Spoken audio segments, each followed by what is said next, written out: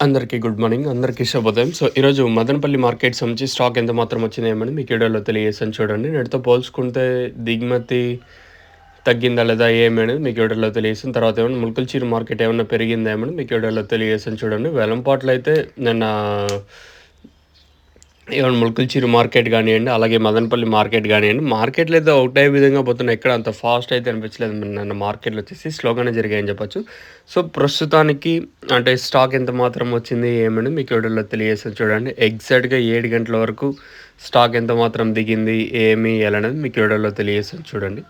మనం ముందుగా టీవీఎస్ అలాగే కేజీఎన్ మండి లైన్‌లో మాట్లాడుకుంటే, ఈ లైన్‌లో దిగుమతి పెద్దగా మార్పయితే లేదు. ఒక 5% మేర కొంచెం అటు ఇటుగా దిగుమతులైతే వచ్చాయి. దిగుమతి అయితే పెరగలేదు. మంచి విషయం ఏమంటే దిగుమతి అయితే పెరగలేదు. కాకపోతే రేటుతో పోల్చుకుంటే ఒక 6, 7% మేర దిగుమతి అయితే ప్రస్తుతానికైతే తగ్గింది ఈరోజు వచ్చేసి.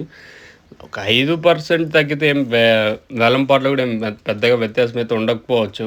ఇంకేమన్నా ఏం రేట్లు ఉంటాయో చూడాలా. నిన్న కూడా చిన్న క్రేట్‌లొచ్చేసి రూ. 130 సూపర్ టాప్ ఉంటే, పెద్ద క్రేట్లు రూ. 170 సూపర్ టాపు. ఇది నిన్న ఓవరాల్‌గా మార్కెట్ తర్వాత కూడా జరిగిండేదొచ్చేసి.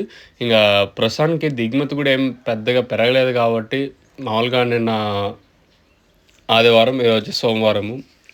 మరి రేట్లనేది ఏ విధంగా ఉంటాయి ఏమనేది చూడాల్సి ఉంటది.